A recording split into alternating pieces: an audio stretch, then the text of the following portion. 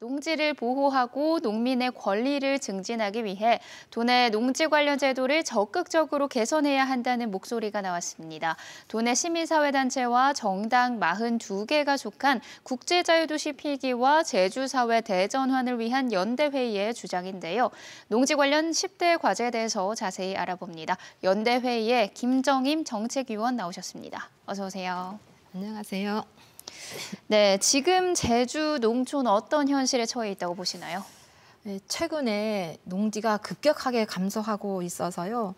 농지를 지으려 해도 농지를 구하지 못하는 상황에 몰려 있습니다. 특히 농지 소유 제한이 풀리면서 농사를 짓지 않는 사람도 농지를 소유할 수 있게 되었습니다. 네. 그래서 농지가 투기 대상으로 전락했고 농지 가격 그리고 임대 가격이 상승하면서 임대 농민이 농가 경영비가 높아졌어요. 열심히 농사 지어도 생계를 제대로 유지하기 어렵게 되었습니다. 이런 상황이다 보니 농촌의 젊은 사람들이 살지 않으려는 게 현실입니다. 네, 이런 문제를 해소하기 위해서 10가지 개선 과제를 발표했는데 어떤 내용인가요? 네, 농지 문제를 해결하기 위한 과제로 농지 총량제, 농지 취득 영농거리 제한 특례, 농지 이용계획 특례 도입, 농지 분할 허가제, 농지 임대차 신고제 등 임대차 관리 제도 도입, 토지 특별회계 전면 개정, 비축 농지 관리 특례 도입, 농지 선매권 도입 및 기금 마련, 개발용으로 전용을 허가하고 있는 법률 조항 삭제, 특별법상의 농지 분할 특례 조항 삭제 이렇게 10가지 과제를 선정했습니다. 네, 그러면 하나씩 살펴보겠습니다. 가장 첫 번째로 언급된 게 농지 총량제입니다. 이건 뭐고 또 왜 필요한 건가요? 예, 제주도가 그동안 국제자유도시를 추진하는 과정에서 많은 농지가 개발되기 시작했습니다. 지금도 진행 중이고요. 네. 2011년 기준으로 2020년에 1,752헥타르 농지가 사라졌습니다. 10년 사이에 여의도 면적의 6배에 달하는 농지가 감소했지요. 네. 농지 면적이 감소하면 먹거리 체계, 식량 자급률이 위협받게 되어요. 탄소 흡수원이 감소하고요. 경제적으로, 환경적으로 우리 사회에 부정적인 영향을 미치게 됩니다. 농지 총량제를 도입해서 농지 감소를 막고 농업과 농촌을 지키자는 것입니다. 네, 그러면 지금 제주 상황에 비쳤을 때 적절한 농지 총량은 어느 정도인가요? 아직 적정 농지 면적을 산출하지는 않았습니다. 네. 농지 총량제는 식량을 자급자족하기 위한 농지를 확보하는 것이거든요. 제주의 경우 특정 작물이 재배 농지가 증가하면서 농가 소득의 불안정 문제가 있기 때문에 작물 체계를 조정하고 수립해야 하는 과제가 남아 있습니다. 종합적으로 검토 논의를 해야 합니다. 네, 농지 취득자의 경우에 농지로부터 20km 이내에 거주하도록 하는 농지 취득 영농거리 제한 특례 도입을 요구하고 있는데 어떤 효과가 있을 걸로 보시나요? 과거 농지법에서 규정한 통작거리를 말하는 건데요. 농지 소재지에서 20km 이내에 최소 6개월 전에 거주하는 농민에게 농지 취득을 하도록 하는 제한하자는 내용입니다. 현지에 살지 않는 외지인이 농지 소유가 급격하게 증가하고 있어요. 이런 특례가 도입되면 농촌 인구가 늘어나게 되고요. 농사를 짓거나 지으려는 농민에게 농지가 배분되는 효과가 있게 됩니다. 네, 진짜 농사를 지을 사람만 농지를 취득할 수 있도록 하자는 건데요. 그렇다면 농지 이용계획 특례 제도는 뭔가요? LH 농지 투기 사건에서 보듯이 농지 투기가 사회적 문제가 되니까 그때서야 이제 농지 이용 실태 조사를 했거든요. 96년 이후에 농지 이용 계획 수립이 이루어지지 않았던 거였습니다.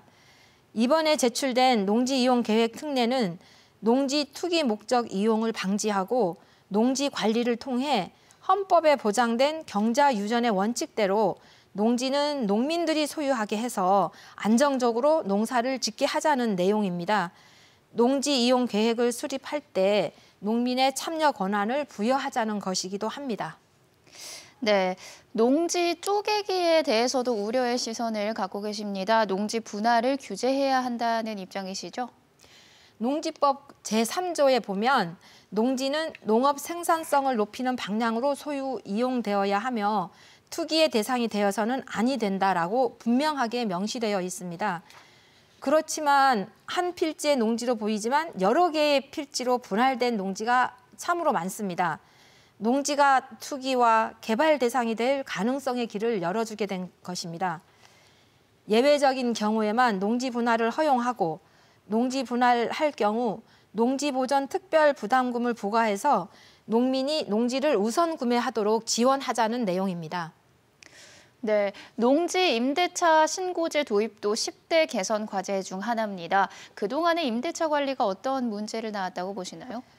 헌법 제121조 1항에 보면 농지의 소작 제도를 금지한다라고 법으로 되어 있습니다. 2009년에 농지법 개정으로 농지관리위원회 제도가 폐지되면서 비농민들이 농지를 소유하게 되었던 거죠. 네. LH 사건 이후에 21년도 농지법 개정으로 농지관리위원회 제도는 개정되기는 했습니다만 농민들은 농사를 짓기 위해 농지를 임대해야 하는데 불법으로 임대하는 경우가 많습니다. 이렇다 보니 농민들에게 돌아가야 할 직불금이 부당 수령되는 일이 벌어지고 있어요. 불법 농지 임대를 양성화해서 임대하는 농민의 권리를 보호해야 한다라고 이렇게 제출을 했습니다. 네, 이번에는 토지 특별회계 전면 개정에 대해서 여쭤볼게요. 이거 어떻게 바뀌어야 한다는 건가요?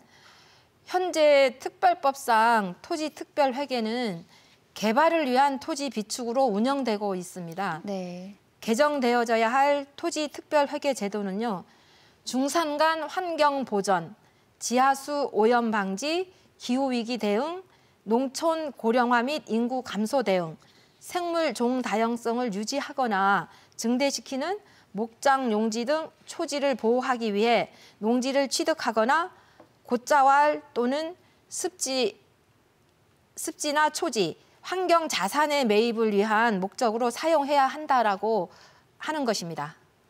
네, 개발이 아닌 농지 취득과 환경자산 관리를 위한 방향으로 토지 특별회계가 개정돼야 한다는 거군요. 행정에서 이미 비축하거나 소유하고 있는 농지에 대해서도 관리 특례를 둬야 한다고 하셨는데 이건 어떤 제도고 또 왜 필요한가요? 정부의 농지 매입이나 비축 사업은 농업진흥지역에 한정되어 있습니다. 제주도의 경우는 지난 2008년 농업진흥지역이 해제되면서 농지 매입이나 비축 사업을 위한 대상 지역으로 포함되지 않았습니다. 그래서 이번에 포함시키게 되었는데요. 네. 농지 우선 임대 대상을 친환경 농업을 하고자 하는 농민이나 농업법인, 농어촌 지역에 귀농한 사람이거나 청년으로 한정하자는 내용이고요. 친환경적 농지 이용을 늘리고 농촌 활력도 높이자는 취지입니다. 네, 이 10대 개선 과제 중에 농지 선매권 및 지원제도 도입은 어떤 내용인가요? 네, 경자 유전의 원칙이 실현되기 위해서는 지역 농민과 소농 중심의 농업법인, 농지 우선 매입 협상권을 부여하도록 하고 농지를 매입하기 위한 기금을 조성해야 한다는 것입니다.